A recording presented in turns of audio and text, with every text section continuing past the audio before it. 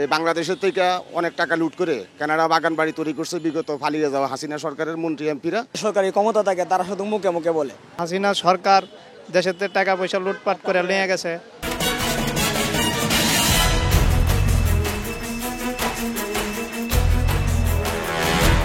দর্শক শুভেচ্ছা। ক্ষমতা নাকি জনতা, আপনি কোন পক্ষে? আমি কিন্তু সাধারণ মানুষের মতামত শুনতে আজকে এসেছি রাজধানীর পান্থপথ এলাকায়।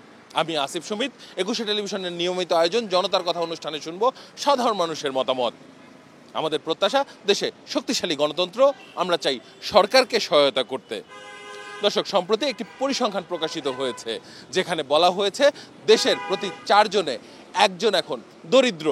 মূলত এই সরকারের 1 বছরে অর্থনৈতিক কি উন্নয়ন হলো, যেখানে আবার দরিদ্রের সংখ্যা বাড়লো, সাধারণ মানুষের কাছ থেকে শুনবো এ বিষয়ে প্রতিক্রিয়া। বিদেশি বিনিয়োগ কম আসছে, আরেকটা বিশেষ করে এই বাংলাদেশের থেকে অনেক টাকা লুট করে কানাডা বাগান বাড়ি তৈরি করছে বিগত পালিয়ে যাওয়া হাসিনা সরকারের মন্ত্রী এমপিরা। 300 মন্ত্রী একসাথে বাগিয়ে চলে গেছে, বাংলাদেশের ব্যাংকগুলোকে শূন্য স্থানে রেখে চলে গেছে। যে সরকারি ক্ষমতা থাকে তারা শুধু মুখে মুখে বলে। আদতে তো সাধারণ জনগণ যারা আছে, যারা নিম্ন মধ্যবিত্ত যারা আছে, তাদের স্বার্থে সরকার কোনো কাজ করে না। সরকার বিত্তশালীদের সরকার, সরকার হলো বড় লোকের সরকার। গরিবের সরকার আমাদের এই দেশে কখনোই ছিল না, কখনোই প্রতিষ্ঠিত হয় নাই। হাসিনা সরকার দেশের টাকা পয়সা লুটপাট করে নিয়ে গেছে, এই জন্য দেশে আকার সৃষ্টি হয়েছে। এই সরকার 1 বছর কিছু করতে পারলো না, তো সাধারণ মানুষ কষ্ট দিন কাটাইতেছে। ওখান যে সরকার আইছে ওখান ভালো কাজ করতেছে, দরিদ্র নাই ওখান। না, এই সরকারের কাজ কাম ভালো না, আরো গরিব গাঙ্গল বাড়ছে, মানুষের ইনকাম নাই। জিনিসপত্রের দাম দিন দিন বাড়তেছে, মানুষের ওই হারে তো ইনকাম বাড়তেছে না। 1 বছর তো কোনো কিছু করতে পারে নাই, মানে গরিবের জন্য একটা উদ্যোগ কোনো ব্যবস্থাই নিতে পারে নাই। এই কারণে আমাদের মানে এটা হয়ে গেছে। 1 বছরে তো আমরা সেরকম কোনো কাজ কাম দেখতেছি না যে এরকম গরিবের জন্য কিছু করছে বা জিনিসপত্রের দাম কমাইছে, এরকম তো কিছু চোখে পড়ে না। জিনিসপত্রের দাম তো বাড়তেই আছে দিন দিন। অনেক ধন্যবাদ আপনাকে। দর্শক, আপনারা শুনছিলেন সাধারণ মানুষের প্রতিক্রিয়া। এবার আরেকটি প্রসঙ্গে সাধারণ মানুষের কাছে যেতে চাই। আমরা শেখ হাসিনার সময়ে দেখেছি এক ধরনের উগ্রবাদের কথা প্রচার করা হতো। সম্প্রতি মির্জা ফখরুল ইসলাম আলমগীর, বিএনপি মহাসচিব, তিনি বলেছেন যে দেশে এক ধরনের উগ্রবাদ জন্মে উঠেছে, যেগুলো এখন থেকেই মূলত প্রতিহত করতে হবে। সাধারণ মানুষ কি ধরনের উগ্রবাদ দেখতে পাচ্ছেন জেনে নেব তাদের কাছ থেকে।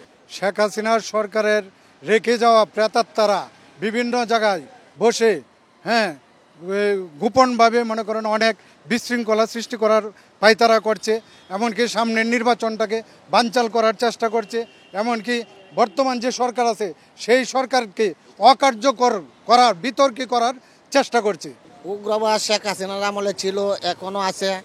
বর্তমান সময়ে শেখ হাসিনার স্বৈরাচার আওয়ামী লীগের প্রেতাত্মারা এই দেশেই আনাচে কানাচে ঘুরে বেড়াচ্ছে। এই সরকারকে হেনস্থা করার জন্য বিভিন্ন জায়গা থেকে বসে তারা উগ্রবাদ সৃষ্টি করছে। উগ্রবাদ ছিল, এখনো আছে। তো এই উগ্রবাদ বহিষ্কার করার জন্য দ্রুত নির্বাচনের খুব প্রয়োজন দেশের মধ্যে। উগ্রবাদ ছিল, এখনো আছে, তারা তাদের মতোই কাজ করতেছে।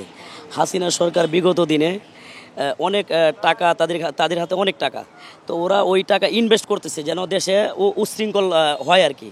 বাংলাদেশে ফ্যাসিস্ট সরকার চলে যাওয়ার পর থেকে যে সরকার আছে সুষ্ঠুভাবে দেশ চালানোর জন্য উনি চেষ্টা করতেছে, কিন্তু গত সরকারের যারা দোসর আছে, যারা উগ্রবাদ আছে, তারা এই সরকারকে দুষ্কৃতিমূলক কাজ করেই এই সরকারকে ফলসে ফেলানোর জন্য এরা পায়তারা চালাচ্ছে। অনেক ধন্যবাদ আপনাকে। দর্শক, আপনারা শুনছিলেন সাধারণ মানুষের প্রতিক্রিয়া। সাধারণ মানুষ কিন্তু তাদের ভাবনাগুলো অসাধারণ, তাদের চিন্তা অনেক সূক্ষ্ম ও গভীর। দর্শক, জনতার কথা দেখতে প্রতি শনি, রবি, মঙ্গল এবং বুধবার চোখ রাখুন একুশে টেলিভিশনে। সঙ্গে থাকবো আমি আসিফ সুমিত।